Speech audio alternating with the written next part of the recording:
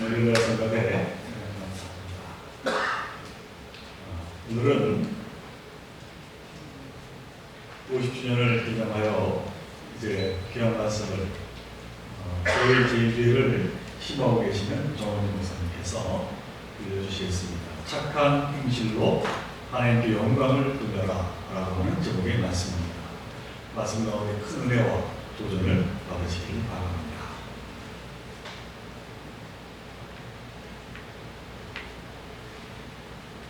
여러분 안녕하세요. 반갑습니다. 저는 여러분들 잘 모르는데 여러분들이 수요일날 제가 인도한 성경 공부를 들으신다고 들었습니다. 그래서 저의 얼굴을 알아보신 분이 계시더라고요. 감사드리고요. 서울로에서 처음 시도하는 성경 공부인데 제가 너무 어렵게 진행해서 죄송하다는 말씀을 이 자리에서 좀 드립니다. 먼저 초원교회 창립 50주년 기념 설교자로 오늘 제가 초청을 받아서 여러분 앞에 서게 되는 것을 큰 영광으로 생각합니다. 그리고 이런 자리를 마련해 주신 여러분들께 깊이 감사를 드립니다.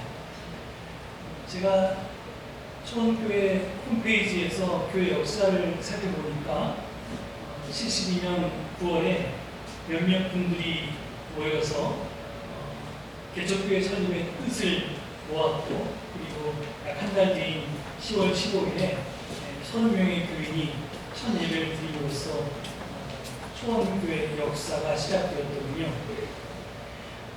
모든 생명의 탄생은 축복받을 일이고 축하할 일입니다. 교회 탄생 역시 그렇습니다. 그런데 매년 돌아오는 생일이 다 축복받고 축하해야 할 일이지만 올해는 특별히 50주년입니다. 사람의 나이 52년 지천명이라고 하지요. 공자가 50에 이르러서 하늘의 뜻을 알게 되었다고 하는 것에서 유래한 말입니다. 공자는 50 되었을 때 이제 우리를 얘기하는 하나님 뜻이 무엇인지 비로소 다 깨달았다는 겁니다. 성경에도 50이라는 숫자가 나오는데 50년을 희년이라고 합니다. 여러분 잘 아시는 안식년, 매 7년마다 돌아온 안식년을 7번 지나면 7, 49 이렇게 해서 안식년을 7번 지나고 나면 그 다음에, 그러니까 50년째 되는 해를 희년이라고 부릅니다. 희년이 돌아오면 복권이 되고요, 회복이 되고 해방이 되고 또 주의 은혜라고 부르기도 합니다. 그래서 원래 하나님께 나눠받았던 땅도 주인이 바뀌었으면 원래 주인에게 돌려주고, 혹시라도 가사 형편이 어려워서 남의 집 종살이를 하게 된 사람이 있으면 종에서 해방시켜서 원래 가족으로 돌려보내고 그런 특별한 해입니다. 그래서 이 50년은 인간적으로 볼 때도 그렇고, 그리고 교회 역사로 볼 때도 그렇고 특별한 의미를 가진 해이기 때문에 보통 교회 창립 50주년이면 저희가 이것을 계기로 해서 교회의 과거를, 역사를 돌아보게 되고, 또 현재 우리 모습에 대해서 성찰하기도 하고, 그리고 나아가서 우리 교회가 앞으로 어떻게 나아갈까 하는 미래를 전망하기도 합니다. 제가 오늘 초대되어서 이 자리에 선 이유도 바로 그것을 위해서일 것입니다. 기도해 주신 공숙찬 지사님께서 제 설교를 듣고 기쁨과 은혜가 넘치도록 해달라고 하셨는데, 일부 예배를 보셨던 분들은 기쁨과 은혜보다는 도전을 받으셨다고 저한테 많이 그러시더라고요. 제가 지금 강의하고 있는 제목도 역사적 예수의 도전과 역사적 예수와 역사적 바울의 도전인데, 제가 이렇게 도전하는 설교를 많이 하는 걸 본능인 것 같습니다. 그러니까 이 설교를 통해서 여러분들 은혜도 받으시고 기쁨을 누리시면 더 좋고요. 많은 도전이 되었으면 좋겠습니다. 예전에 저희가 학교 다닐 때 선생님들께 자주 들었던 이야기가 있습니다. 사회 기여도라는 관점에서 사람들의 유형을 분류해서 크게 세 가지로 소개했습니다. 아주 간단하게 반드시 있어야 할 사람이 있고, 필요한 사람이 있고, 그 다음에 있어서는 안 될 사람이 있고, 그러니까 없었으면 더 좋았을 사람도 있고, 그리고 있어도 좋고 없어도 좋고 달리 말하면 있으나 없으나 그만인 사람, 이렇게 세 종류의 사람이 있다고 그렇게 배워왔습니다. 사실은 사람의 가치를 기여나 또는 필요나 쓸모나 이런 것으로 평가하는 것은 옳지가 않습니다. 모든 사람은 존재 자체로 소중하고 가치 있고 아름답기 때문에 그렇습니다. 하지만 우리 선생님들은 당신 제자들이 사회나 그리고 다른 사람들에게 도움이 되는 사람이 되라고 그렇게 가르치셨던 거니까 그런 말이 가진 한계는 인정하고 선생님들의 좋은 뜻은 받아들여도 괜찮을 것 같습니다. 그렇다면 교회는 어떨까요? 사람들의 모임인 교회는 그 존재 자체로 소중하고 가치 있고 또 아름다울까요? 적어도 현재 세상 사람들은 우리를 그렇게 생각하는 것 같지 않습니다. 존재 자체를 민폐라고 여기는 사람들이 있고요. 민폐 정도가 아니라 교회는 적폐다. 그래서 양쪽의 존재다. 이렇게까지 말하는 사람도 있기 때문에 그렇습니다. 참으로 안타깝지만 이게 지금 한국 개신교의 현실입니다. 일반 국민이 우리 개신교인들을 생각하면 떠올리는 단어들이 있습니다. 그걸 제가 나열해 보면 이렇습니다. 주거 꼴통, 부부 모술, 세습, 성폭력, 성이나 인종이나 종교 등에 대한 차별과 혐오, 비상식적, 비이성적, 반과학적, 반인권적, 몰역사적, 시대착오적, 배타적, 독선적, 이기적 등등 이렇게 온갖 나쁜 말들이 교회를 향해서 쏟아지고 있습니다. 21세기 초의 이 한국 사회 속에서 개신교의 모습은 신앙을 넘어서 절망의 단계에 이르러 있습니다. 해마다 종교개혁주의이면 여기저기서 개혁을 말하지만 한국 개신교회는 이미 오래전부터 개혁의 주체가 아니었고요. 개혁의 대상임을 온 국민이 다 잘 알고 있습니다. 교회가 사회를 걱정할 때는 이미 옛날이고요. 지금은 거꾸로 사회가 교회를 걱정하는 지경에 이르렀습니다. 그러니 정말 정신이 온전히 박힌 사람이 어떻게 자기 발로 교회를 찾아올 수 있겠습니까? 그래서 지금 다시는 교회 간의 수평 이동은 있었고요. 예수를 안 믿던 사람들이, 교회 안 다니던 사람들이 새로 교회를 다니는 경우는 굉장히 드뭅니다. 보통 일반 국민들은 만일 지금 언론에 비춰진 그리고 신문에 보여진 이것이 진짜 기독교고 이 사람들이 진짜 크리스찬이라면 나는 그들 중에 한 사람이 되고 싶지 않다 이렇게 말합니다. 더구나 이게 굉장히 심각한 통계인데 이게 좋은 일이긴 한데요. 우리나라는 이미 2018년에 1인당 국민 총소득이 3만 불을 넘어섰습니다. 그런데 유럽의 국가들이나 아니면 북미의 국가들을 볼 때 국민 소득이 3만 불을 넘어서면요 사람들이 교회 안 다닙니다. 왜? 하나님께 비는 것보다 국가에 따지는 게 훨씬 쉽기 때문에 그렇습니다. 아프다 그러면 국가가 고쳐주고 배고프다 그러면 국가가 사회복지 혜택을 줍니다. 그러니까 우리나라도 지금 국민소득 3만 불이 되면서 옛날에 하나님께 매달려서 해결했던 많은 것들을 국가에게 매달려서 해결하고 있는 그런 시대입니다. 그러니까 자연히 그런 유럽의 선진국들의 종교 인구는 줄어들었습니다. 그런데 지금 우리나라의 형편이 꼭 그렇습니다. 그래서 한국 개신교의 교인 수는 해마다 줄어듭니다. 교회의 사회적 신뢰도가 낮아서 줄어들기도 하고요. 그 다음에 국민소득이 3만 불을 넘었기 때문에 사람들이 하나님이 아니라 국가에 의존하기 때문에 줄어듭니다. 그렇기 때문에 새 교인의 전도는 힘이 들고요. 기존 교인은 점점 강한 신자로 빠져나가고 있습니다. 이게 올해 창립 50주년을 맞이하는 초원교회가 맞닥뜨린 현실입니다. 이런 현실 속에서 제가 여러분께 질문을 드립니다. 과연 교회는 무엇입니까? 교회는 왜 이 세상 속에 존재해야만 합니까? 초원교회가 분명히 과거의 한국사회 속에서 특별히 이 창신동 지역사회에서 꼭 필요한 존재였다면, 그리고 존재였는데 과연 지금도 그렇습니까? 또 앞으로도 그럴까요?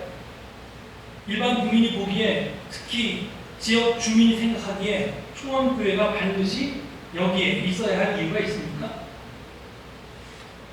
사실 이 도전적인 질문들은 제가 여러분들에게 드리려고 했던 질문이기에 앞서 제가 지금 섬기고 있는 서울제일교회가 먼저 묻고 답을 찾았던 것들입니다. 왜냐하면 저희 교회도 내년에 창립 70주년이 됩니다. 제가 2016년에 서울제일교회 담임 목사로 부임했는데 그 당시에 부임하고 보니까 교인도 별로 없는데 그 교인들이 너무 무료화되어 있었습니다. 그래서 60대, 70대가 중심인 교회였는데 이게 10년이 지나서 그분들이 70대, 80대가 되면 과연 그분이 교회에 나올 수 있을까? 요즘은 100세 시대니까 조금 건강해서 좀 오래 다닐 수 있더라도 그러면 80대, 90대가 돼도 다닐 수 있을까? 여기에 대해서는 상당히 우리가 갸우뚱했습니다. 그래서 이 교회의 생존을 걱정할 지경에 이르렀습니다.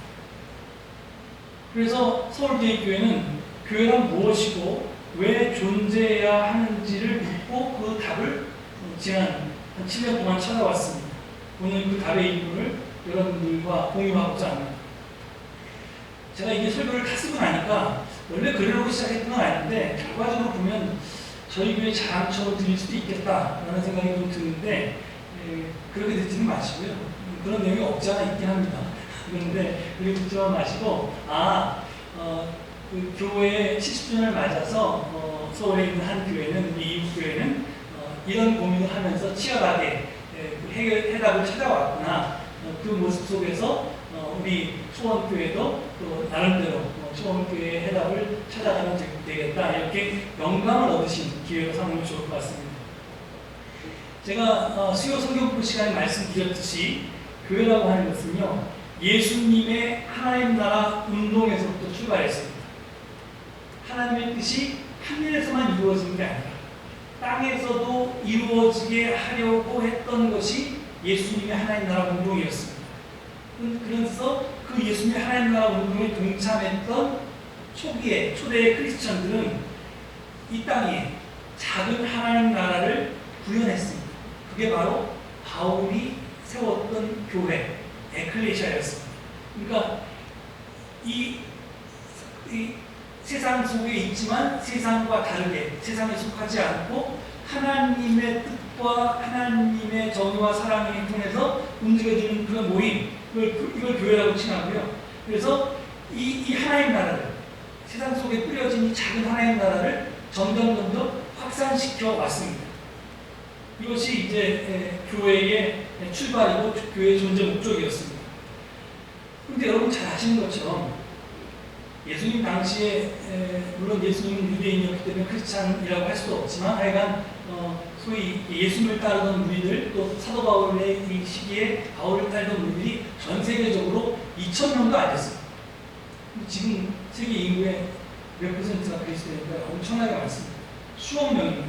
그러면 그리스도인도 늘어나고 교회도 엄청 늘어났는데 지난 2000년 동안 분명히 교회는 세계 곳곳으로 퍼지고 확장되고 퍼져왔는데 그럼 하나님 나라도 그랬나? 하나님의 사랑과 하나님의 정의가 교회가 퍼진 만큼, 그리스도인의 숫자가 는 만큼 과연 퍼지고 퍼졌나? 그렇지가 않습니다. 왜 그런가? 기독교가 언제부턴가 붕어빵 기독교가 되었기 때문입니다. 붕어빵 안에 붕어가 없듯이 기독교 안에 예수가 없습니다. 교회는 많은데 그 교회는 세상 속에서 현존하는 작은 하나님 나라가 아니었습니다. 그냥 또 다른 세상의 어떤 기구나 이런 이제 모임의 축소판이었습니다. 사람들의 모임의 축소판이었습니다.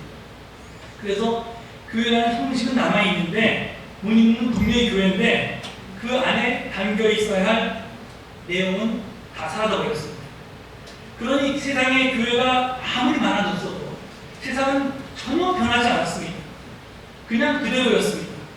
공만이 전도된 교회는 하나님의 꿈이 아니라 세상 사람들의 욕심만을 구현해 왔기 때문입니다. 이렇듯 교회가 하나님 나라의 모범, 롤 모델이 되지 못하면 교회의 확장은 하나님 나라의 확대 재생산이 아니라 교회라고 하는 기관의 성장과 확산에 그치고 맙니다. 그렇게 되면 앞서 말했듯이 교회가 아무리 많아져도 세상은 결코 하나님 나라로 바뀌지 않습니다. 아니 오히려 그 많아진 교회들 때문에 하나님 나라는 이 세상에 오지 않습니다. 역사에서 실제로 그랬던 때가 있지 않았습니까? 중세 카톨릭 교회 시대가 그랬습니다. 그런데 지금 한국 사회 속에서 한국 개신교회도 그때와 뭐가 다릅니까? 오늘 본문에서 예수님은 너희는 세상의 소금이다. 너희는 세상의 빛이다. 이렇게 말씀하십니다. 우리는 그냥 소금이나 빛이 아닙니다. 세상의 소금이고 세상의 빛입니다. 이 앞에 세상이라고 하는 이 꾸미말이 굉장히 중요합니다. 세상이 썩어져 갈 때 소금이 되어서 부패를 막고 세상이 어두워 사람들이 갈 길을 잃었을 때 빛이 되어서 바른 길로 인도하는 것이 교회와 크리스찬의 역할이라는 뜻입니다. 근데 만약 교회가 그런 역할을 하지 못한다면 그것은 교회가 아니라는 겁니다. 세상의 변화가 아니라 자신만을 위한 교회, 이타적이 아니라 이기적인 교회, 그래서 사회의 희망이 아니라 절망인 교회는 존재의 가치도 없고 존재의 이유도 없다는 것이 예수님의 말씀입니다. 지금 한국의 개신교회가 처한 현실은 중세 가톨릭 교회와 비슷하기에 개혁이 꼭 필요합니다. 그런데 개혁을 뜻하는 영어 단어는 하나가 아니라 여럿입니다. 리뉴라는 말이 있습니다. 갱신한다. 리포메이션이라는 말도 있습니다. 개혁한다. 리노베이션이라는 말도 있습니다. 혁신. 이런 것들이 다 리자, 다시라는 말이 들어서 이제 뭐 새롭게 하는 그런 내용들입니다. 모두가 비슷한 뜻을 가졌지만 사실은 세부적으로는 조금씩 다릅니다. 그런데 저는 이런 단어 이전에 힘이 없다고 생각합니다. 그래서 제가 선호하는 단어는 따로 있는데 그게 뭐냐면 리컨스트럭션입니다. 한국말로 번역하면 재건입니다.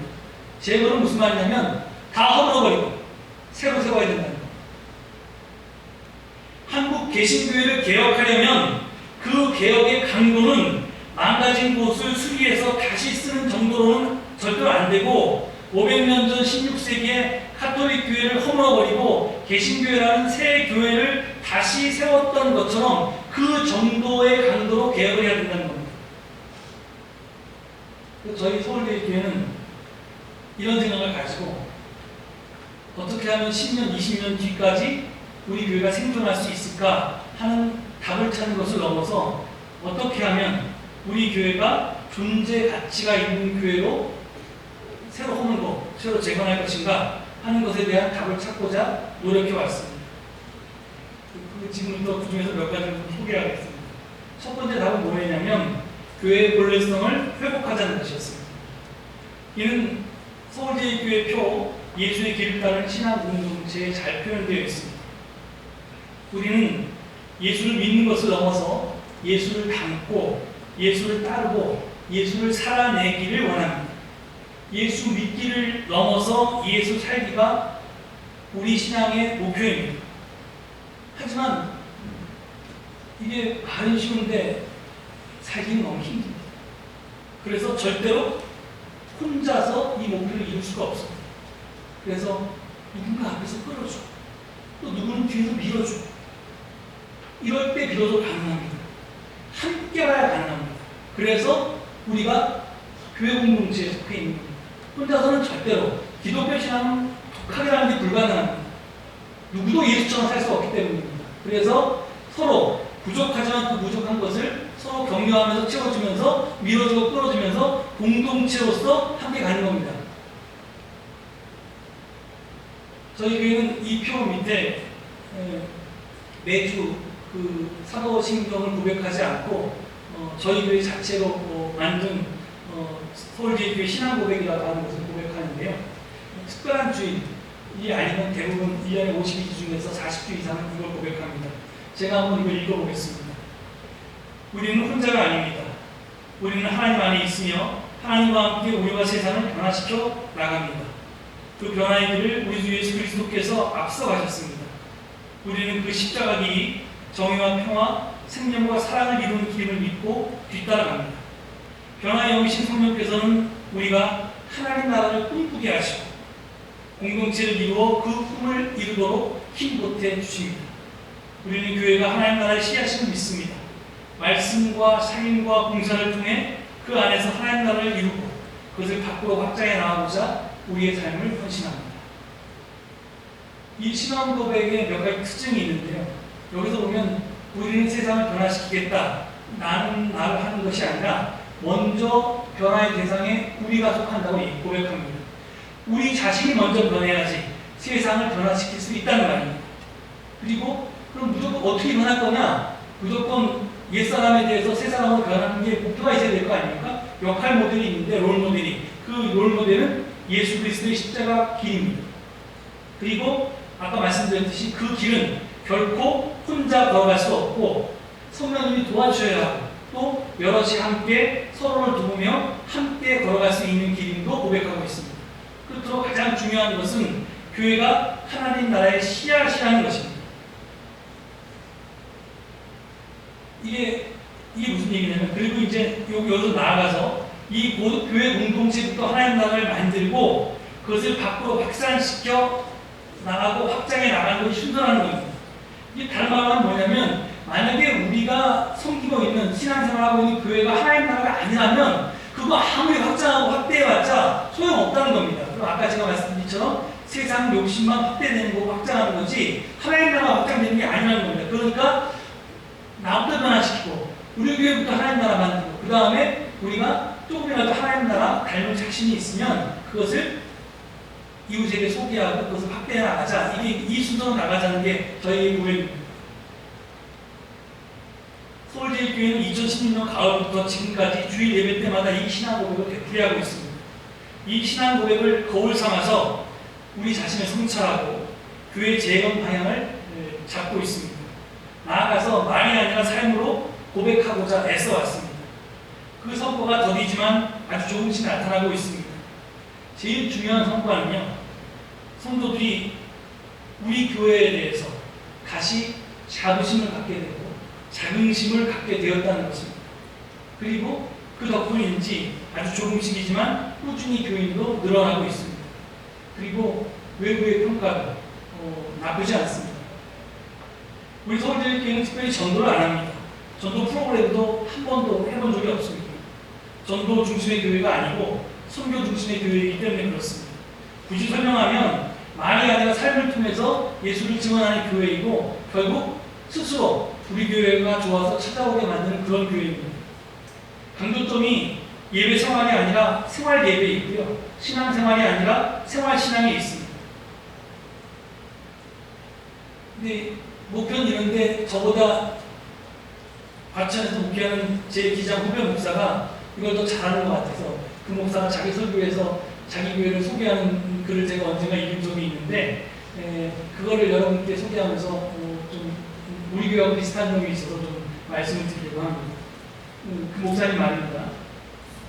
우리 교회 이아무개 교우가 처음 교회에 나오게 된 것은 교사 동료인 김아무개 집사님 때문입니다. 같은 학교에서 지켜본 김 집사님의 모습이 세상에 저런 사람이 있을까? 나도 저 사람처럼 살고 싶다 라는 생각이 들 정도로 좋았답니다.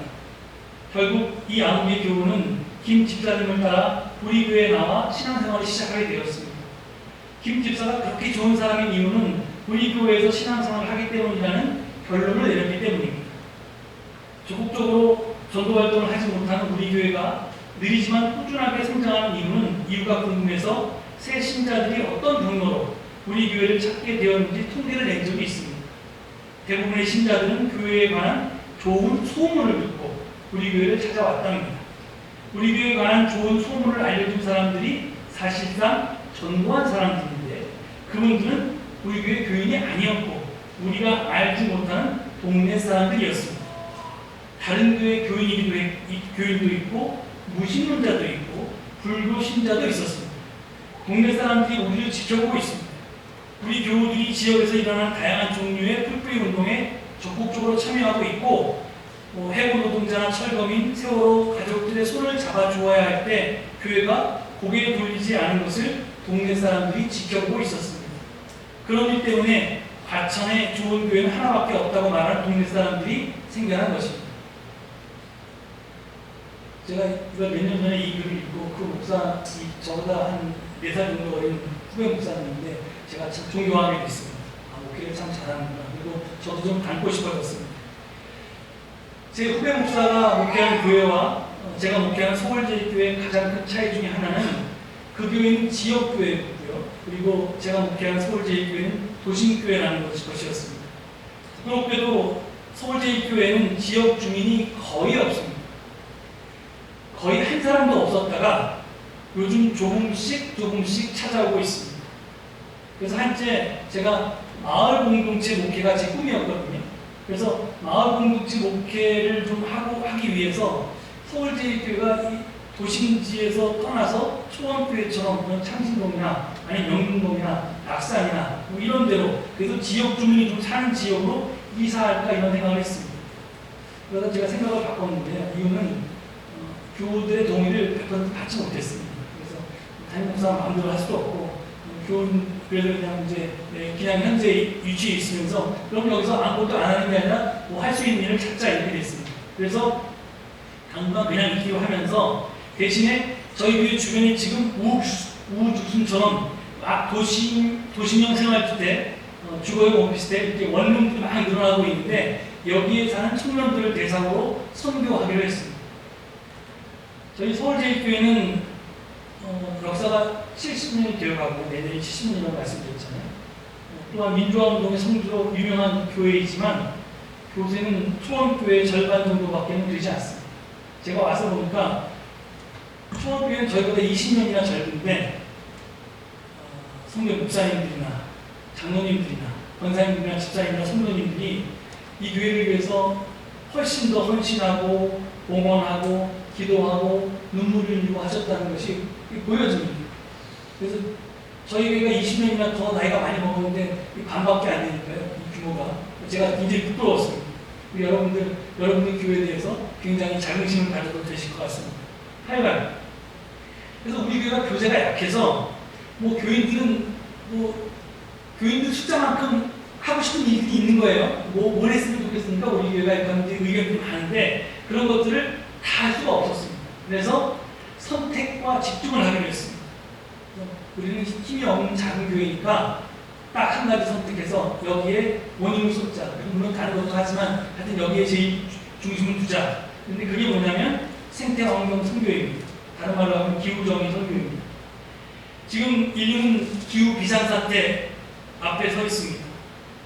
지구온난화로 인한 기후변화가 현재 기후위기 단계를 넘어서 기후 비상사태 단계로 진입했습니다.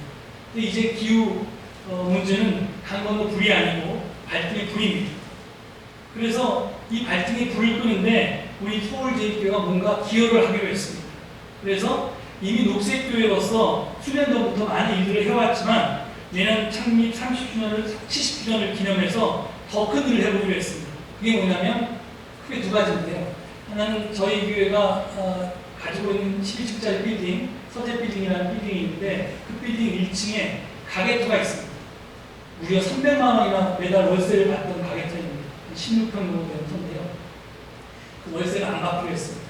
포기하고 여기다가 주민들을 위한 뭔가 선교시설을 만들어야겠다 이렇게 생각했습니다. 그리고 뭘 하냐면 생태환경 운동을 하는 그런 가게를 만들자. 그것이 한살림 같은 생협이 되든지 아니면 제로 웨이스샵 같은 거 되든지 아니면 청년들을 위한 샌드위치샵이 되든지 뭐가 되든지 간에 하여간 생태환경 운동을 하는 가게를 만들자. 그리고 그 가게를 계획하고 운영할 그런 생태환경 사회선교사를 우리 교회가 키워내자. 이 지도자가 우리가 공부시키고 훈련시켜서 결국은 기장의 리더가 되고 NCC의 리더가 돼서 한국교회 생태운동 환경을 이렇게 이끌어나가는 지도자로 세워나가자. 적어도 3년 동안 이 사람들에서 우리가 책임을 지자. 이렇게 했습니다. 저희가 이 일에 돈이 굉장히 많이 듭니다. 그런데 작은 교회로서 이게 굉장히 큰 부담이지만 기꺼이 우리 교인들이 감당하기로 했습니다. 그래서 이제 지난 5월 말에 이 생태환경 사회선교사를 뽑았고요. 6월부터 훈련을 들어갔고요. 그리고 지금 내일은 WC 제11차 총회가 독일에서 열리는데 거기 가서 세계교회가 이 생태환경 문제에 대해서 어떻게 대응하고 또 어떻게 활동하고 있는지 눈으로 보고 배우고 느끼고 와라. 이렇게 500만 원의 여배를 줘서 지금 보내고 있습니다. 저는 1970년대, 80년대 하나님께서 서울제일교회를 불러서 이 나라 민주화 운동의 마중물로 삼으셨다고 믿습니다. 그렇듯이 이제 2020년대에는 우리 교회를 불러서 기후 문제로 죽어가는 인류와 지구 생태계를 살려내시고자 하신다고 믿습니다. 아무튼 우리는 이 일을 감당하기로 했습니다. 그래서 이 일을 위해서 작은 교회지만 우리가 선택과 집중을 나가고 이것을 통해서 저희가 여러 가지 것들을 높이는데요. 지구 생태계도 살리고 한국 교회의 사회적 신뢰도도 높이고 우리 후손들의 미래도 지켜내고 그리고 덤으로 우리 교회의 성장까지 얻어내면 더 좋겠다. 안 되면 할 수 없지만 하여간 우리는 이 일을 한다. 이렇게 했습니다. 오늘 본문 말씀에서 제가 너희라고 하는 말을 초원교회라는 말로 바꿔서 한번 읽어보시기 바랍니다. 제가 저 영어 성경을 펼치시고 제가 한번 읽어보겠습니다. 초원교회는 세상의 소금이니 소금이 만일 그 맛을 잃으면 무엇으로 짜게 하랴. 교회는 아무 쓸데없어 다만 밖에 버려져 사람에게 밟힐 뿐이니라. 초원교회는 세상의 빛이라. 산 위에 있는 동네가 숨겨지지 못할 것이요 사람이 등불을 켜서 말 아래 두지 아니하고 등경 위에 두나니 이러므로 집안 모든 사람에게 비치느니라. 이같이 초원교회의 빛이 사람들 앞에 비치게 하여 그들로 초원교회의 착한 행실을 보고 하늘에 계신 너희 아버지께 영광을 돌리게 하라. 교회가 세상의 소금이고 세상의 빛이어야 함을 앞에서 잠깐 말씀드렸습니다. 여기서는 교회가 산 위에 있는 동네임을 말씀드리고자 합니다. 산 위에 있는 동네는요, 숨겨질래야 숨겨질 수가 없습니다. 남산타워가 서울 어디서나 다 보이듯이 그렇게 보인다는 겁니다. 사람들이 구태여 보려고 하지 않아도 저절로 드러나게 되어 있습니다. 교회는 세상에서 그런 존재인 것입니다. 초원교회가 이 지역사회의 사람들이 다 보고 있다는 겁니다. 저희 서울제일교회를 오장동에서 사람들이 보고 있듯이. 스콧 리언이라고 하는 지금은 돌아가신 미국의 유명한 생태환경 운동가가 계셨습니다. 그분이 백수를 하시고 돌아가셨는데요. 그분이 돌아가셨을 때 그 동네 사람들이 현수막을 들고 문상을 왔습니다. 그 현수막 문구가 뭐냐면요. 당신이 있어서 세상은 그만큼 좋아졌습니다. 했습니다. 저는 초원교회가 이 지역 주민들과 그리고 많은 교회들에게 이런 평가를 받았으면 좋겠습니다. 초원교회가 있어서 이 지역사회가 그만큼 좋아졌습니다. 초원교회의 착한 행실로 하나님께서 영광을 받으셨습니다. 그 착한 행실이 무엇인지에 대해서는 저는 알지 못합니다. 그것은 이 지역사회의 요구가 무엇인지 여러분들이 귀 기울여서 듣고 여러분들이 찾아야 할 것입니다. 하여튼 그것이 무엇이든지 간에 하나님께서는 그 위대하고 거룩한 일을 여러분을 통해서 하시고자 하십니다. 창립 50주년을 맞는 초원교회 이제 이 일에 대해서 아멘으로 응답하시고 여러분 모두가 세상의 빛, 세상의 소금 그리고 산 위에 있는 동네가 될 수 있기를 간절히 축원드립니다.